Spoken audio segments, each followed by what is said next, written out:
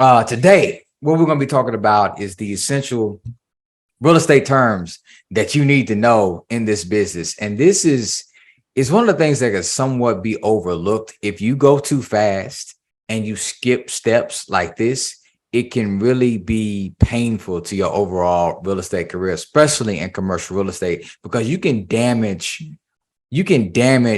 your relationships with brokers. And in this business, it's a very, very small world, right? There's not hundreds or thousands of commercial real estate brokers in your market, right? There may be in multiple markets, but in the market that you care most about, there's not that many. So if you screw a relationship up, that can be big. So what we're going to do is we're going to do a deep dive into the topic of commercial real estate. We're going to go over these terms in a way that's going to be very simple. We'll walk through it with an example so you can see real life how this comes into play. And then you take that information, you see how it works, you use it in your career, and you move on. For those who don't know me, my name is Jason Stubblefield. I've been doing this live. This used to be in person for several years right now. And our company's been purchasing apartments since 2016. We scaled it. We've owned over 1,100 units now. We're continuously to buy, even in this market, despite what some people might say. And so we'll just sort of talk about this a little bit and get out of here. In the meantime, if you are watching this live, go ahead and drop in the chat real quick and sort of let me know where you are joining it from. Yeah, I'd like to see where we made it to. And with that, for those who are a little curious just about the company and what we do, let me do a little quick screen share here. So what you are about to see coming up on your screen is our website. This is realapartments.com. That's RIL apartments.com. This is where you can find out more details about me, more details about the deals that we're doing, the deals that we've done. We have a focus now on the affordable housing space, which is a niche within multifamily, but something that we're very proud to do. Here's some of our previous projects. And if you want to hear about our projects, if you are interested in investing passively, then you click on this button here of Invest Now. That will take you over to a form. You fill out this form. Someone from my team or me will reach out to you to make sure we see if we have a alignment of interest, if what we're doing matches the type of deals that you like to invest in. And you want to do that if you want to hear about our deals. If you don't do this, you probably won't hear about those deals. So it really doesn't cost that much just to fill it out. So let's see what we got going on today. We got Kimberly coming in from Orlando. D coming in again from Texas. We got hometown in the house of Atlanta. Not actually my hometown. I am a transplant, so I don't even want to pretend like I'm claiming Atlanta to be home, but it's home for me right now. All right. So actually I should have kept that screen share. So let's go ahead and get started, right? We're going to hop right into this. As always, if you got questions about this, put it in the chat. We'll make sure we get to it. If it's relevant, I'll address it right then. If not, I'll try to come back and wrap it up if time permits. All right, so let me go ahead and grab this and share the screen. And in our fictitious example today, we're going to be at 5150 Multifamily Cove Street. We'll put that over in Lawrenceville, Georgia, right? So this is going to be our fictitious property, and we're going to walk through it. So for today, we're going to be looking at a 10-unit C-class property in a B-class neighborhood. All right, y'all could probably get these terms that are highlighted and underlined, right? Those are what you want to pay attention to. So if you don't know what a class of a property is, that's something you want to know. We have classes for the property, and we also have classes for the neighborhood. I'll briefly explain both of those right now. So for property, anything that's built probably within the last 10 years or less, we're going to call that an A-class property. It's new. You shouldn't have to do a lot of repairs or maintenance to it, because if it was built correctly, it was built to last. And real estate's built to last, 30, 40, 50 plus years, right? So if you got a property that was just built within the last 10 years, we would call it an A-class property. It's relatively new. You have C-class properties. C-class properties are anything probably 30 years and up, right? And this is where you really get the properties that you're looking at. Hey, I'm going to have to think about changing the roofs. Depending on, especially properties that were built back in the 70s, you have to start thinking about the electrical. You have to start thinking about how they did the ventilation.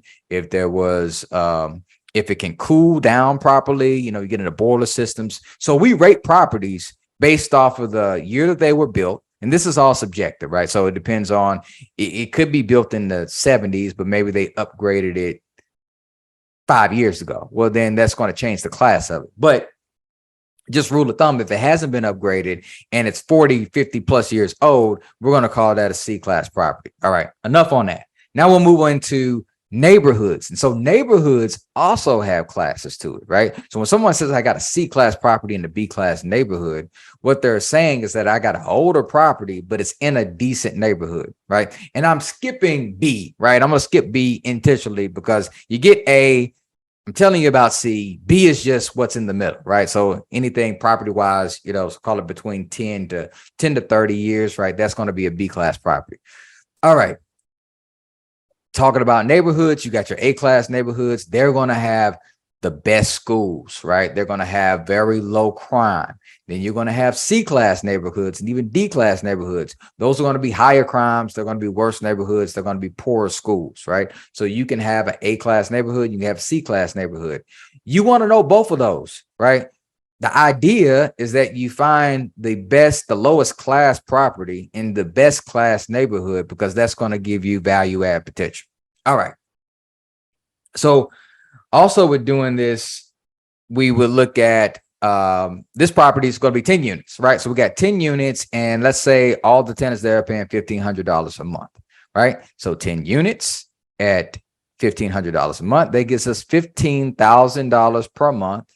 And if we do that over a year, we have $180,000 per year in gross rental income. This is how your property will perform on its best day. All right. This is everybody paid their rent. There's no issues, but that doesn't happen. Right. Usually you're going to have some vacancy rate. Right. So out of those 10 units, well, we would say there's going to be a unit or two that just aren't going to be there. Right. And so we account for that in what you call a vacancy or occupancy rate. Right. And so this is where you come to account how many people aren't staying there.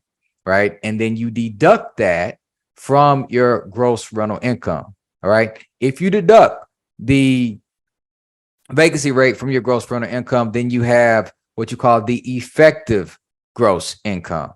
All right. So let's do our math. And for those, I know we got some very smart people that look at this, and my numbers are off. Y'all check me. You may want to get your calculator out, right? Because as you go through this, if you follow along with me, for one, you could double check me to make sure I didn't make any mistakes. But two, you can understand this, and with this, it's just too much math to try to keep everything easy to do in your head, right? So I had to get off with our numbers a little bit.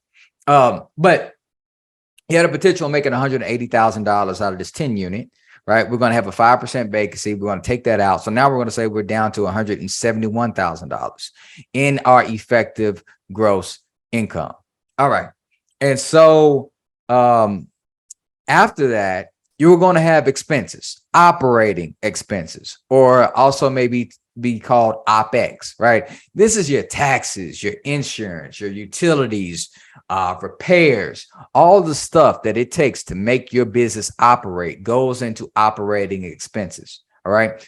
That is not going to be income to you, right? Because even though you are making potentially $171,000 a year, you don't get to keep it all. You got to pay people. You got to pay your staff. You got to pay utilities, all of that stuff. Those are your operating expenses. So if you take your operating expenses and then you divide that by your effective gross income, or EGI, you have what you call an expense ratio. All right. It's so what you want to know about an expense ratio is mainly a range, right? It should be somewhere on the very low end, 30%. I mean, lowest of the low. That's like on an A-class property, you don't have to do anything. Probably all the way up to, 60, 70%, right? It's going to be within that range. But if somebody gives you a property and they say we have a 18% expense ratio, well, you're just going to take that number and throw it out, right? Forget about it, because it's usually going to be somewhere between 30 to say 60% is what it's going to take to operate a property effectively, right? You don't want to be the one there. Can you do it? Yeah, you can do it, but you don't want to be the one there mowing the grass, collecting the rent, putting putting it in the bank, doing all the other stuff. We're not in the business of creating more jobs for ourselves, right? The goal is to get as passive as possible. So you want to have a staff, and you need to know about what that expense ratio is. So that's where we come up with 40%. All right. Now, the effective gross income is going to be equal to your operating expenses, your effective gross income minus your operating expenses is going to get you your NOI, or your net operating income. This is huge. This is a big number. This is the number that the bank is going to use to determine how much money they'll give you. This is also going to be the number that's used to determine how much the property is worth. So when a broker is listing a property, they try to figure out what this net operating income number is. So then they can put a cap rate on it and say, all right, this property is going to sell for X amount of dollars. All right. So in this example, we had $171,000 in effective gross income. We had $68,000, which is a 40% expense ratio in expenses. We take the effective gross income, we subtract it by our expenses, and we get the NOI, which is $102,000, $102,600. All right, that's what we got. All right, moving along. Right, make sure you understand these terms that are highlighted and underlined. Right, that's what you're going to need to do. Quick analogy for this, right? To just understand how severe this can be, right? I play spades, all right, and I don't just play spades. I play spades, all right. And for those who know, you know what I'm talking about. If you don't, just follow me through the example. If you were to sit down at a spades table and somebody said, "Hey, bid your hand," and you say, "What's a bid?" Or if somebody says, "How many books do you have?" and you say, "Well, what's a book?" Well, then they would immediately tell you to remove yourself from the table because you don't know what you're doing. All right. And as you go to talk with brokers and you go to talk with anyone in commercial real estate, right? Even you're talking to a lender and they start talking about operating expenses or net operating income, and you say, "What's NOI?" Same thing happens, right? You look like a complete rookie. All right. So moving on, I just wanted to highlight that, and we'll keep it moving, right? So annual debt service. All right. So your annual debt service, this is your monthly mortgage payment stretched out over a year. So in this example, right, we're buying this property for $1.4 million, right? 10 units, $1.4 million. We're going to make 25% down payment, which is $350,000. And I did about 6.5% interest. You can get somewhere around that in today's market. All right. So that would give you a monthly payment of $6,637. We would take that over the whole year, right, for a total of $79,000 approximately. Okay. That is what you would call your annual debt service, right? So if you follow me there, we'll just keep it moving. If you got questions, go ahead and put it in the chat. We'll get to it. But now we want to determine what our cash flow on this property is, right? So in order to calculate our cash flow, we want to say, well, what is our NOI, which is going to be our effective gross income minus our expenses. That gives us an NOI.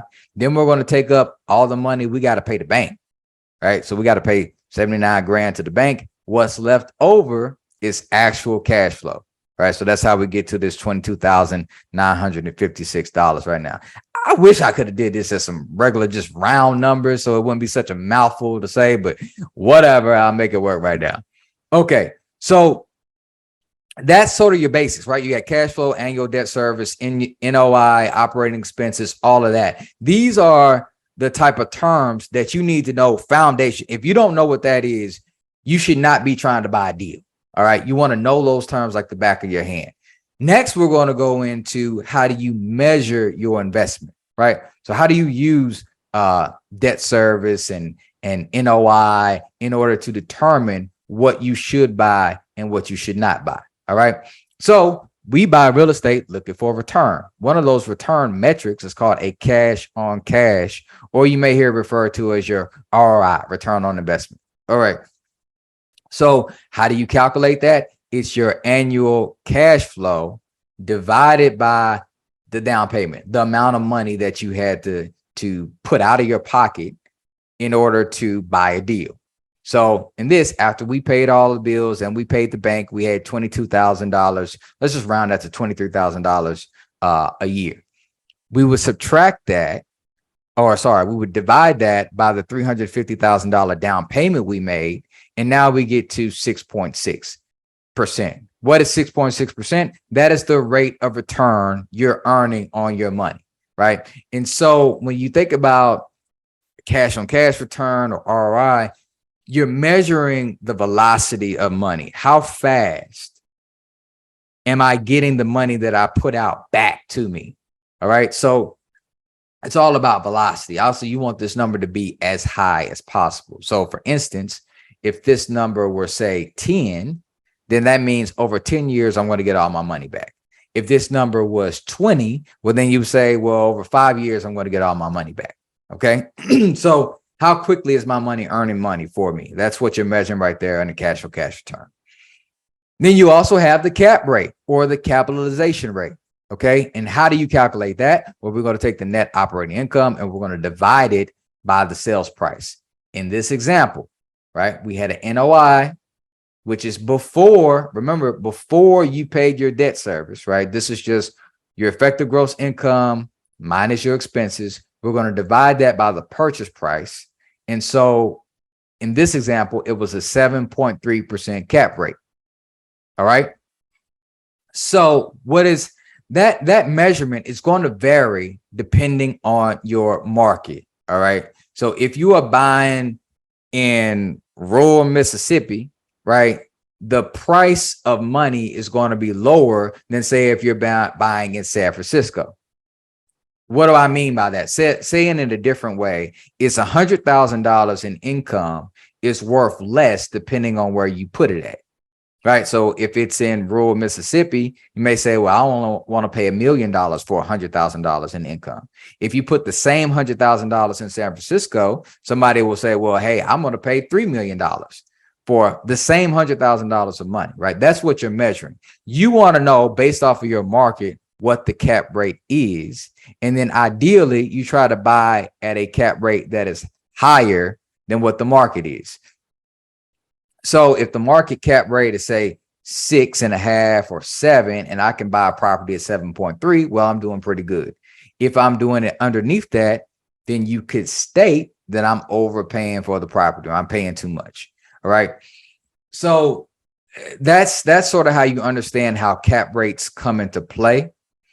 Also, you want to understand that cap rates are measured using multiple numbers.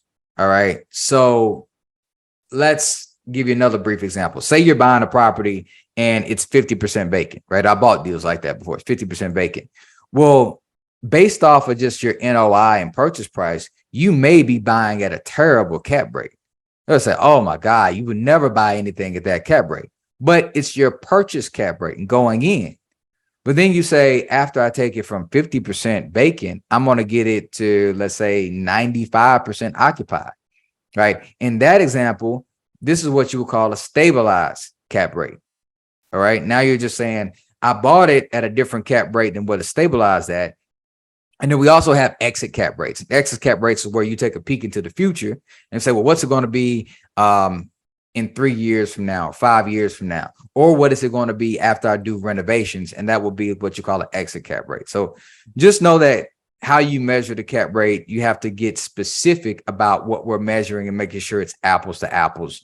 And you use that to determine if you're paying what you should pay or whether you're overpaying with the cap rate. All right. So next you have your debt coverage ratio.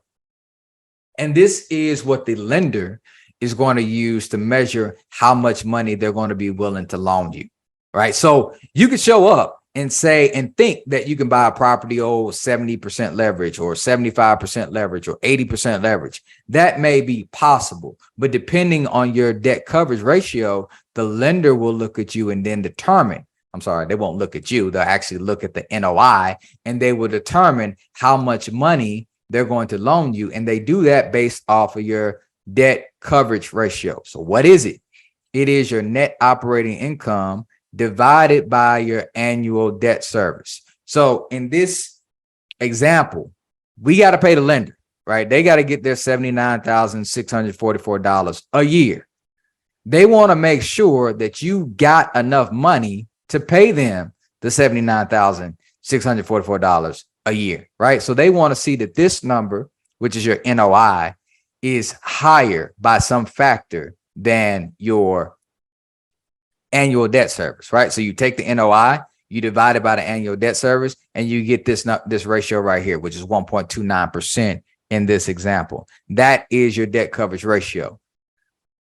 Let's say, for instance, this number was 1, right? Let's say we had debt of $102,600, right? So if we did $102,600 right here, well, now we only have enough money to pay the lender, which is a 1% debt coverage ratio. No lender is going to take that, right? That's too tight for them. It's too risky. They want to see usually a 1.2 or higher in order for them to do that loan.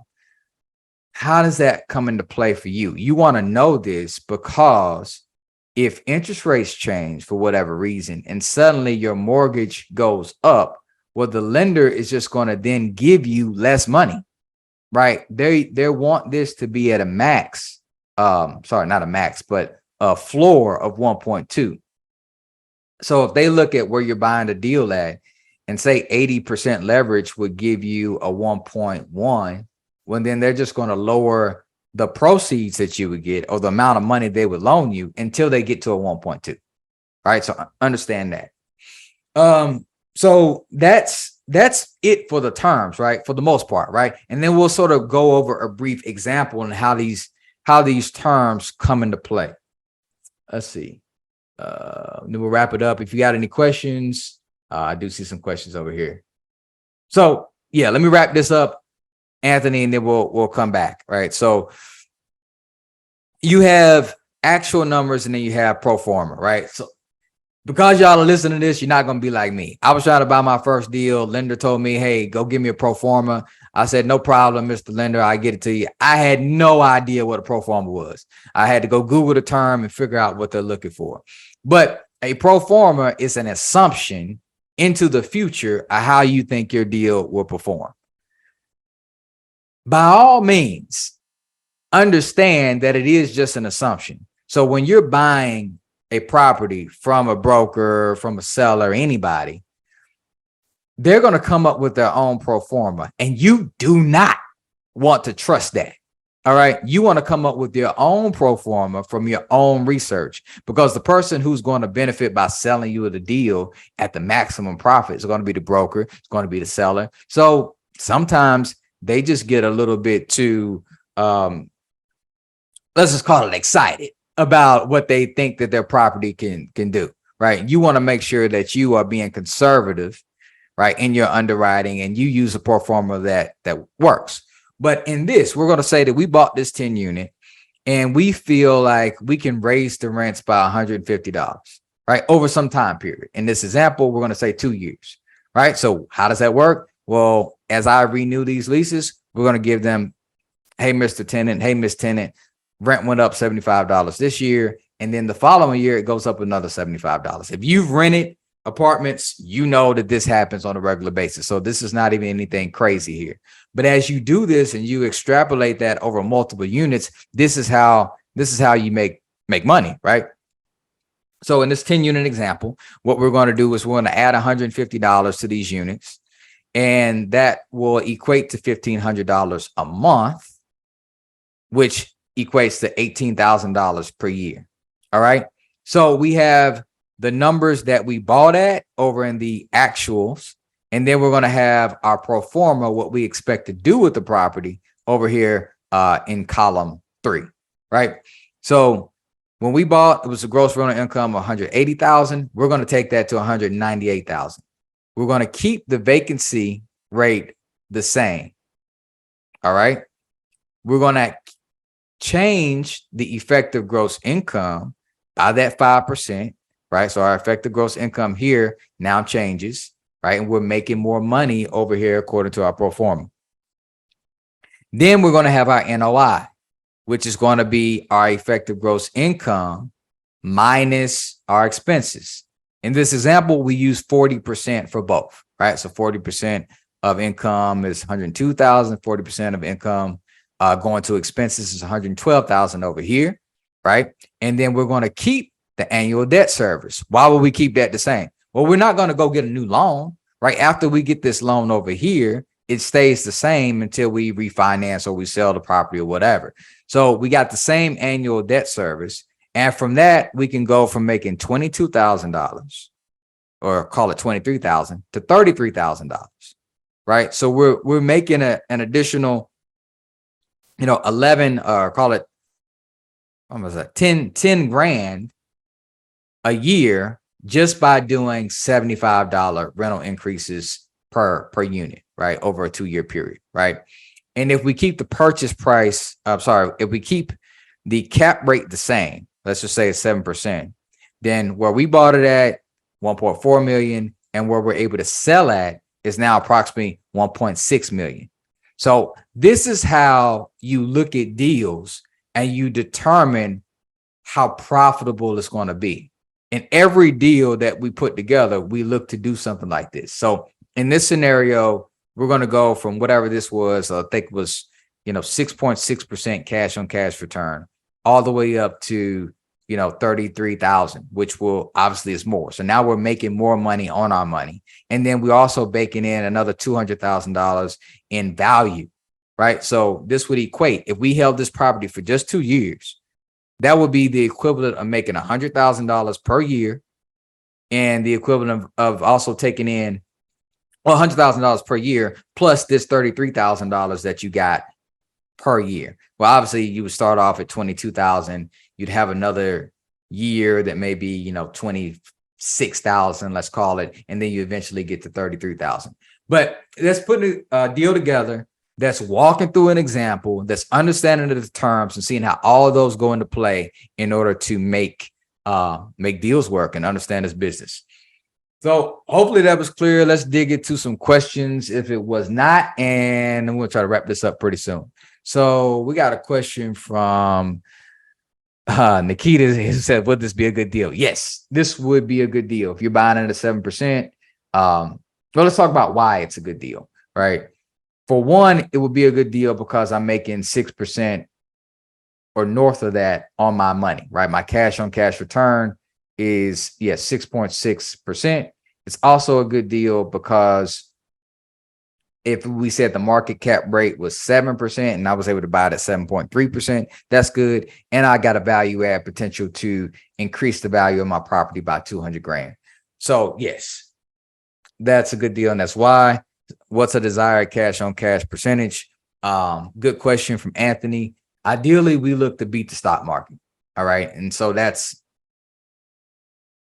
I'm a little biased, but it's not that hard to do, right? We try to start out somewhere about what you could expect from the market. So for instance, if you're getting, 4 or 5% on your money, okay, but we can do that in cash flow.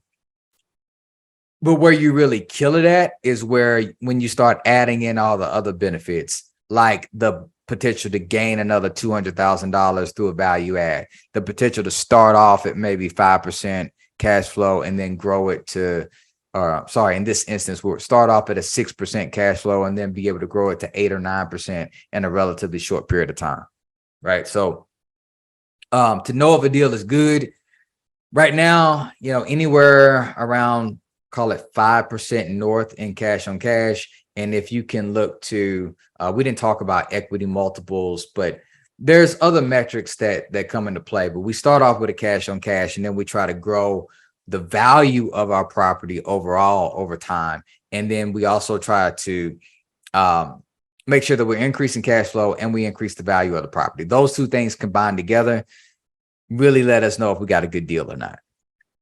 So cool. All right. We're right at 11:30. So we'll try to wrap it up for the day.